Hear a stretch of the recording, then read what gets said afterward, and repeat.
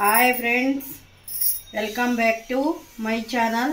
ఈరోజు మన వీడియోలో బోండాలు ఎలా చేసుకోవాలో చూద్దామండి. నెల్లూరు స్టైల్లో ఇదండి. ఒక కప్పు ఇడ్లీ పిండి అండి. ఇది నేను ఇంట్లోనే వేసుకున్న పిండి, ఇడ్లీ పిండి ఒక కప్పు. ఒక హాఫ్ కప్పు గోధుమ పిండి, హాఫ్ కప్పు మైదా, ఒక 4 ఇది పచ్చిమిర్చి అండి, కరివేపాకు సన్నగా తరుక్కోవాలా. ఇది కొత్తిమీర సన్నగా కట్ చేసుకున్నది.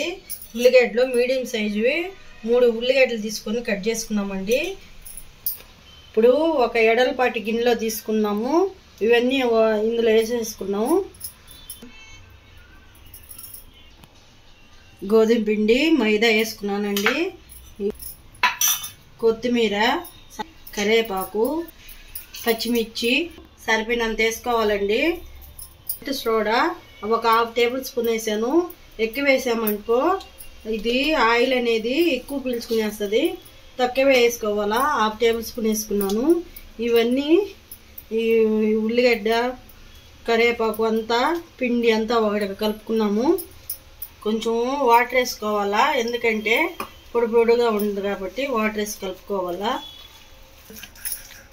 ఇదండి పిండి ఈ విధంగా కలుపుకోవాలండి. బాగా ఉండలు లేకుండా బాగా కలిపేసుకోవాలా. చూడండి ఇట్లా కలుపుకోవాలా. ఇష్టమైన వాళ్ళు ఇట్లనే వేసుకోవచ్చు అండి. బోండాలు ఇట్లయినా వేసుకోవచ్చు, కానీ ఇవి ఇష్టం లేని వాళ్ళు బాగా ఇష్టపడే వాళ్ళు వేసుకోవచ్చు. ఇవి వద్దనుకుంటే ఆపుకోవచ్చు అండి, వేసుకునే అవసరం లేదు. ఇదండి 2 టేబుల్ స్పూన్లు పుట్నాలు వేస్తున్నాను. ఈ తినే శనగలు కూడా అంటారు, తెలంగాణలో అయితే పుట్నాలు అంటారండి. మేమైతే శనగలు అంటాము, తినే శనగలు అంటాము. కలుపుకునేసిన తర్వాత పుట్నాలు వేసి మళ్ళీ కలుపుకోవాలా. స్టవ్ వెలిగించుకొని బాండీలు పెట్టుకున్నానండి. బాండీలు బాగా వీటెక్కిన తర్వాత ఆయిల్ పోసుకున్నాం. ఆయిల్ ఎక్కువే పోసుకోవాలి ఇందులోకి. బోండా బాగా మునగాలి కదా. వీటెక్కిందో లేదో చూద్దామండి. ఆయిల్ వీటెక్కేసింది. బోండాలు వేసుకున్నాం. మనకి ఎంత సైజు కావాలంటే అంత సైజు వేసుకోవటమే.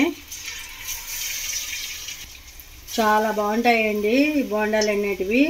నెల్లూరులో అయితే మైసూర్ బోండా అనేది చేయరు, ఈ బోండాలే చేస్తారు. కానీ వర్షం వస్తుంది కదా, ఇక్కడ హైదరాబాద్లో చల్లగా ఉంది కాబట్టి వేడి వేడి బోండాలు తింటే చాలా బాగుంటుందండి. ఇద్దో అండి. ఇవి ఒక 10 నిమిషాల పాటు ఉడికిన తర్వాత ఇట్లా గెరిటితో తిప్పుకోవాలా.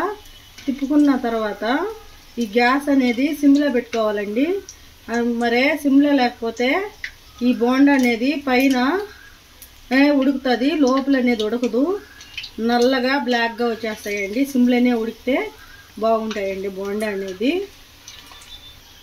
ఇట్లా గెరిటితో తిప్పుకుంటూనే ఉండాలండి. ఇవి పైకి అనేది తేలిపోతాయి.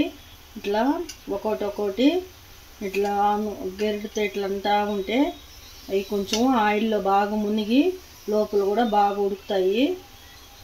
దానండి బోండా అనేది బాగా ఉడికించి చూడండి. ఇంతకన్నా కలరు చేంజ్ అయిందనుకో బ్లాక్గా వచ్చేస్తాయి. ఇట్లానే ఉండాలండి. అన్నీ అలాగే వేసుకోవాలండి. ఇది రెండోసారి వేస్తున్నాను నేను. మనకి ఎన్ని కావాలన్నీ ఒక బాండిలో ఎన్ని పడతాయో అన్నీ వేసుకొని మళ్ళీ 2 సార్లు వేసుకోవటమేనండి. నాకు 2 సార్లుగా వస్తున్నాయి. ఇగో అండి 2 కప్పుల పిండి మైదా, హాఫ్ కప్పు, 1 కప్పు బియ్య పిండికి, హాఫ్ కప్పు గోధుమ పిండికి ఇన్ని బోండాలు వచ్చాయండి నాకు.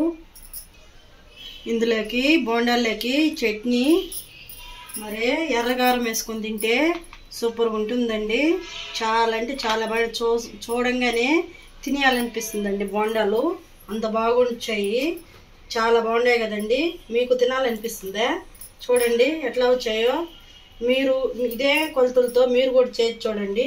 మీకు ఎలా కుదిరాయో మాకు ఒకసారి కామెంట్ పెట్టండి. వీడియో కానీ మీకు నచ్చినట్లు చాలా బాగున్నాయి చూడండి.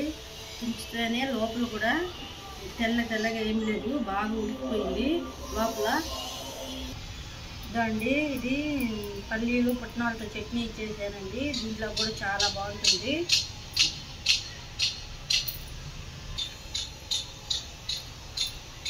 ఎర్రకారంలోకైతే సూపర్గా ఉంటుందండి. కారం చాలా బాగుంటుంది.